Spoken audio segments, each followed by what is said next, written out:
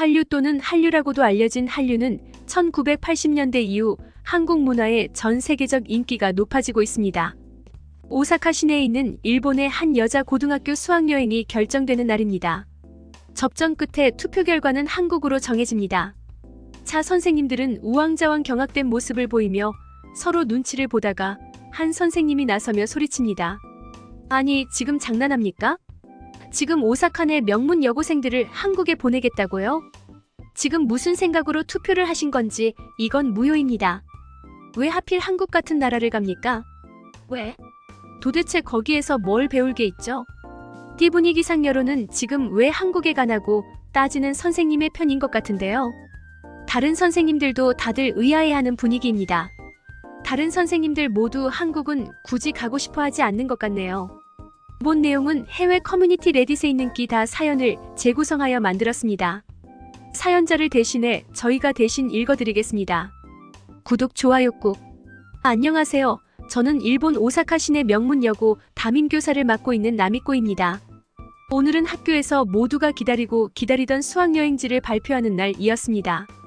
모두가 기다리던 날이라 긴장감과 설레임이 교차하는 날이었습니다. 저는 담임으로서 아이들이 하나라도 더 배울 게 있는 의미 있는 수학여행지로 결정되기만을 기대했습니다. 제 담당 교과목은 사회문화인데 일본은 객관적으로 개방은 일찍함에도 불구하고 현재는 성장이 많이 주춤하고 있음을 누구나 알 수 있다고 생각하는데요. 그런 의미에서도 문화적으로 세계화가 진행 중이며 트렌드를 선도하는 국가들로 방문하였으면 좋겠다는 생각을 많이 했습니다. 작년에는 영국 런던으로 여행을 갔었는데 막상 가보니 정말 별로였다는 평가가 많았었습니다. 생각보다 가성비가 최악이라 또 물가만 엄청 비싸서 학생들이 아무것도 하지 못하고 체험도 없이 단순 구경만 하다가 왔었거든요. 작년에는 정말 불평불만과 학부모님들과 학생들의 컴플레인이 장난 아니었어요. 그래서 이번 연도 수학여행지가 더 예민하고 신중했던 것 같네요. 선생님들은 정말 진지한 모습들이었어요. 이번에도 역시나 그래도 유럽이다라는 의견이 강세였는데 딱히 어디를 가야 할지 명백한 근거가 없었네요. 그러던 중 평소 소심해서 밥도 혼자만 먹으러 다녔던 음악 선생님께서 조심스럽게 손을 들고 이야기하셨어요. 저는 이웃나라 한국에 가는 걸 추천하고 싶어요. 순간 회의실 분위기는 매섭게 차가워졌습니다. 정말 회의에 빠지고 싶은 분위기였어요. 지금 생각해봐도 다들 유럽을 이야기하고 있는데 갑자기 바로 옆에 있는 한국은 너무 김 빠지는 소리였던 것 같아요. 하지만 의외로 분위기는 팽팽했던 것 같아요. 생각지도 못했던 여행지라며 오히려 신선하다고 말씀하시는 선생님들도 있었죠. 하지만 비교적 연세 있으신 국어 선생님은 말씀하셨어요. 한국은 과거 일본의 식민지였고 최근에 많은 경제 성장을 이루었다고 해도 자국 일본보다는 여전히 한참 밑의 나라인데 거기엔 도대체 우리 명문여고 학생들이 뭘 배울 게 있겠습니까? 최대한 화를 억누르려는 모습이 보이셨지만 제일 연장자이신 국어 선생님의 찌푸린 얼굴에는 누가 보기에도 불편한 기색이 가득했죠. CRAND 정말 도망가고 싶은 심정이었으니까요. 아니 그런데 그날따라 음악 선생님이 적극적으로 변하시는 거예요. 참. 웬일인지 흥분하시며 말씀하시더라고요.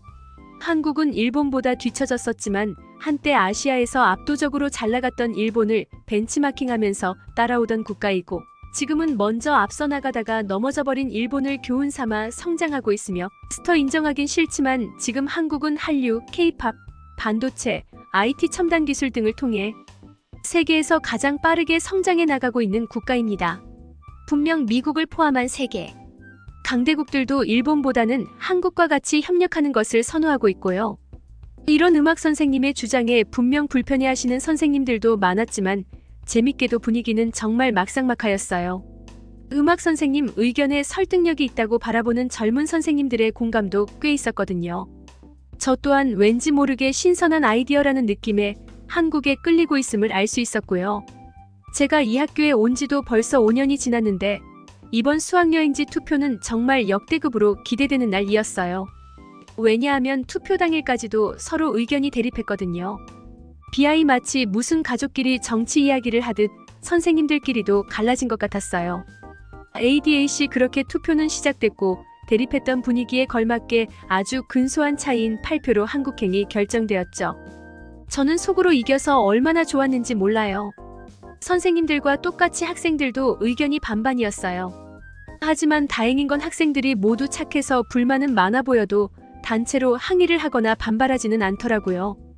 이제는 정말 선생님들의 몫이라고 생각했어요. 선생님들의 준비에 따라 얼마나 더 가치 있고 의미 있는 수학여행이 만들어지냐 아니냐 결정된다고 생각했거든요. 이번 한국행 수학여행이 최대한 학생들에게 도움이 될 수 있도록 열심히 준비했어요. 정말 최선을 다했죠. 제일 어려웠던 건 한국에 대한 부정적인 생각을 바꾸는 것이었어요. WHYAND 이미 자리 잡은 생각을 바꾼다는 게 학생들이라 할지라도 정말 쉽지 않았어요. 최대한 선입견과 편견들을 없애기 위해서 많이 노력했어요. 한국은 오래전부터 라이벌이기도 하지만 이제는 서로 협력하고 같이 나아가야 하는 동료라는 것을 알려주기 위해 제일 노력했어요. 그와 동시에 이제는 한국이 세계적으로 많이 성장하여 오히려 일본이 한국에게 배울 점이 더 많다는 것도요. 그러기 위해서는 명확한 근거와 논리가 필요했고 지금 세계에서 한국이 가진 위상을 객관적으로 알려줄 데이터들이 필요했어요. 최근 세계 초강대국 미국의 바이든 대통령이 한국의 대기업 삼성전자와 손을 잡고 있으며 경기도 평택의 반도체 공장에 방문하여 기술 성장을 가속화하고 있는 점, 세계에서 자본력이 제일 막강하다는 석유국가로 유명한 사우디 왕가에서 한국 쪽 건설업 큰손들과 접촉하고 있는 점, 학생들에게 보다 객관적이고 근거 있는 자료를 제시하며 서로 의견을 공유하고 각자 생각을 발표하는 시간을 가졌어요. 확실한 건 서서히 학생들의 눈빛이 달라졌다는 거예요. 가장 가까이 있지만 은근히 먼 이웃나라 한국에 대해 관심과 호기심이 생기기 시작한 거죠. 그건 분명 경계심이 아닌 호기심이었어요. 이제는 학생들이 시키지 않아도 스스로 한국에 대해서 조사하기 시작했고 쉬는 시간에 어떤 친구들은 벌써 유튜브로 한국에 대한 정보를 찾아보기 시작했어요. 가장 인상 깊었던 친구는 저희 반 1등이자 전교 1등 친구인데 이 친구는 아예 한국어를 공부하고 있더라고요. 정말 진심으로 저는 반성했어요. 그 친구의 열정은 정말 남달랐고 그 친구는 실제로 간단한 한국말들을 다 하기 시작했어요. 책상에는 여행에 필요한 한국말과 옆에는 일본어로 뜻이 써 있었죠. 너무 궁금해서 왜 그렇게까지 하는지 물어보니 이 친구는 평소 한국에 대해 무척이나 관심이 많았었다고 해요. 특히 한국의 엔터테인먼트 분야가 세계를 주도하고 있어 관심을 가지게 되었고 관련한 한국 기업에서 일해보고 싶은 생각이 있었다고 해요.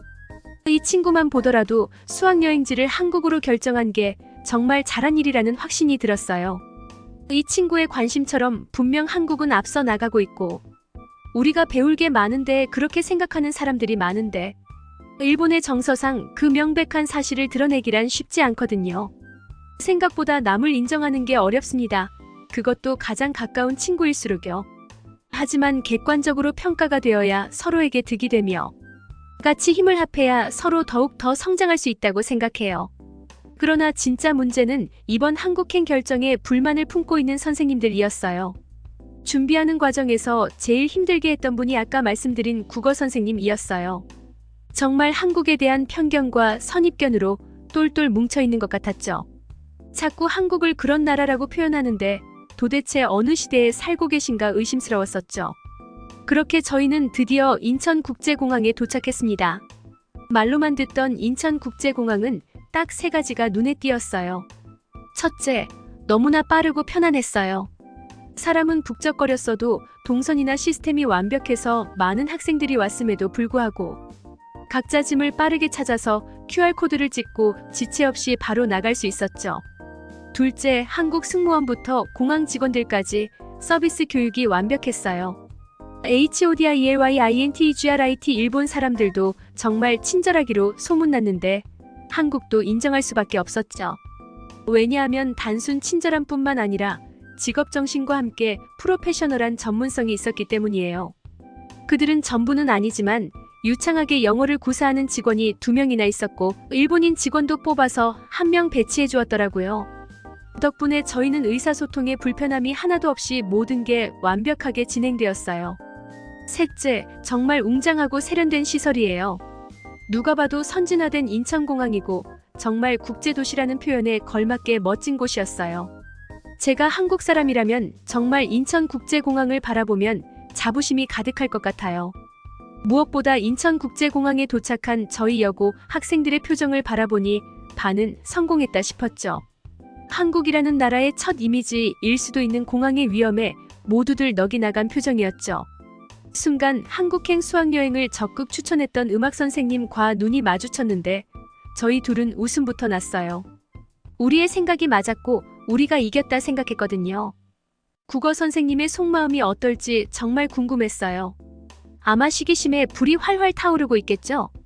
저희는 나오자마자 한국의 가장 중심인 광화문으로 향했어요. 7. 광화문은 확실히 역사와 현재가 공존하는 아름다운 공간이었어요. 일본의 주요 도시와는 다르게 광화문은 한국 전통 한옥 건물들이 현대식 고층 빌딩과 조화를 이루며 정말 색다른 아름다움을 보여주고 있었어요. 특히 광화문의 상징 경복궁은 고층 빌딩들 사이 당당하게 지역의 터줏대감처럼 정말 멋스럽게 자리 잡고 있었어요. 이어서 저희는 한국의 대표적인 전통 음식 삼계탕을 맛보러 갔어요. 경복궁 바로 옆쪽에 한국 전통 한옥 건물을 유지한 토속촌이라는 집이었어요. 여기가 이 동네에서는 꽤 오래되고 꽤 유명한 맛집이라고 해요. 한국의 유명 연예인들도 많이 들릴 정도로 유명한 맛집이라고 하더라고요. 저희 여고 학생들은 닭이 매달려 있던 모양 그대로 나와서 그런지 처음엔 조금 경계하는 것 같았어요. 그러나 식사가 시작되자 그 많던 삼계탕들이 어디로 갔는지 국물조차 다 사라지고 국그릇 안에는 발골된 닭뼈들만 남아 있었어요. 정말 이건 진심으로 웃긴 장면이었죠. 학생들은 이거 너무 맛있다며 속이 불타오르는 느낌이라며 몸보신을 제대로 했다며 가게 앞에서 인증샷을 찍고 난리도 아니었어요. 그 이후 저희는 소화도 시킬 겸 한국의 옛 모습이 많이 담긴 인사동부터 시작해서 도심 속 자연이 살아있는 청계천, 그리고 웅장하고 아름다워 보이는 건축물인 동대문 DDP 전시장에서 K-팝 전시회까지 구경했어요. K-팝이 나오자 저희 여고 학생들은 눈빛이 반전되며 다 같이 춤을 따라하기 시작했어요. 아니 그렇게 공부만 하던 친구들이 인사 어디서 언제 이렇게 K-팝 춤을 배운 거죠? 정말 선생님인 저로서도 이번 기회에 많은 것을 배운 것 같았어요. 한국의 K-팝이 이렇게까지 폭발적인 관심을 지속적으로 받고 있는지는 몰랐어요. 단순 마케팅이라고만 생각했는데 그게 아니라 저희 일본 학생들부터 시작해서 정말 세계에서 열광하고 있다는 걸 확실히 알았어요. 정말이지 한국의 엔터주 주식을 사서 모아야 하나라는 생각까지 했었다니까요. 그렇게 첫날 일정은 조용히 마무리되었고 두 번째 날은 잠실로 향했어요. 잠실은 광화문, 동대문과는 또 다른 느낌이었어요. OTT WORLD 굉장히 세련된 고층 빌딩들과 고급 호텔들이 있었고 또 대각선 반대쪽으로는 한국 전통 아파트들과 신축 아파트들이 공존해 있었어요. 여기도 한국에서 제일 비싼 동네 중에 손에 꼽히는 곳이라고 하더라고요. 학생들은 정말 사진 찍고 SNS에 업로드하기에 바빴던 것 같아요. 특히 롯데에서 건축한 시그니엘이라는 고층 빌딩이 제일 인기가 많았어요. 시그니엘과 함께 인증샷을 찍으려는 학생들이 별의 별 포즈를 취하고 영상을 촬영하며 춤을 추는 친구들도 많았어요. 여기는 정말 거의 축제 분위기였죠. 사진 촬영을 마치고는 시그니엘 안에 있는 복합 쇼핑몰에 방문했어요. 언제 그렇게 또 공부했는지 학생들은 한국의 지금 뷰티 문화가 핫하다며 조사한 한국 아이돌이 광고하는 화장품부터 화장법까지 공유하며 제품들을 살펴보기 시작했고 또 요즘 한국에서 핫하다는 베이커리, 디저트 샵에도 많은 관심들을 보였어요. 확실히 한국의 디저트가 화려하고 이뻐서 사진 찍기도 좋고 SNS에 업로드하기도 좋더라고요. 선생님으로서 학생들 앞에서 면이 안 서긴 했지만 나름 용기를 내서 저도 업로드를 위해 정말 이쁘게 생긴 디저트를 몇 번이나 사진 찍었네요. 한국 서울의 가장 큰 상징인 시그니엘에서 디저트를 먹었다고 선생인 저도 자랑하고 싶은 건 똑같았거든요. 마지막 일정으로는 삼성역 코엑스로 향했어요. 코엑스에서 진행하는 IT 박람회에 참석하기 위해서였죠. 리을리을 제가 생각하기에는 이번 수학여행의 제일 하이라이트가 아니었나 생각해요.